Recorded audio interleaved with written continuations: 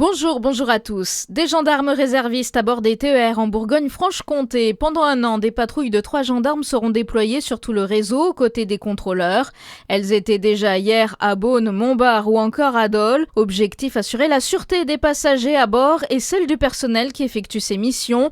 L'année dernière, une centaine d'incidents avaient été comptabilisés à bord des trains Mobigo. La vigilance orange orage est maintenue aujourd'hui pour la Côte d'Or, le Jura, la Saône-et-Loire et le Doubs. La vigilance reprend à 16h. Des orages localement violents qui peuvent s'accompagner de rafales de vent entre 80 et 100 km/h et de chutes de grêle. Dans le Jura, l'incendie à Montcuzel est maîtrisé selon le préfet. La situation est sous contrôle après une mobilisation importante cette nuit. Une dizaine d'hectares de forêt sont partis en fumée. L'ensemble des moyens de police techniques et scientifiques sont mobilisés pour déterminer l'origine du feu. Emmanuel Macron, lui, est à Fontainebleau aujourd'hui. Le président est sur le site des incendies qui ravagent la forêt depuis dimanche. Selon l'Élysée, il vient apporter son soutien aux personnes mobilisées contre les flammes. Le feu a ravagé plus de 2000 hectares. C'est le retour du leasing social aujourd'hui pour cette 3e édition. 50 000 véhicules électriques seront proposés à la location pour un loyer mensuel bien en dessous des prix du marché, moins de 200 € par mois. Une manifestation samedi à Besançon contre le projet de loi d'urgence agricole. Elle est menée par le collectif Génération Future du Grand Besançon. Selon les détracteurs, ce projet de loi porte en lui les germes d'une future guerre de l'eau et piétine certains intérêts environnementaux. Rendez-vous est donné à la gare d'eau à 10h.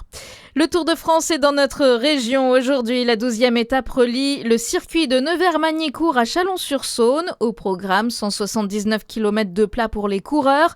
À cette occasion, Mécénat Chirurgie Cardiaque organise aujourd'hui à Nevers son étape du cœur. Cette association permet à des enfants atteints de malformations cardiaques venant de pays dépourvus de moyens techniques ou financiers d'être opérés dans l'Hexagone.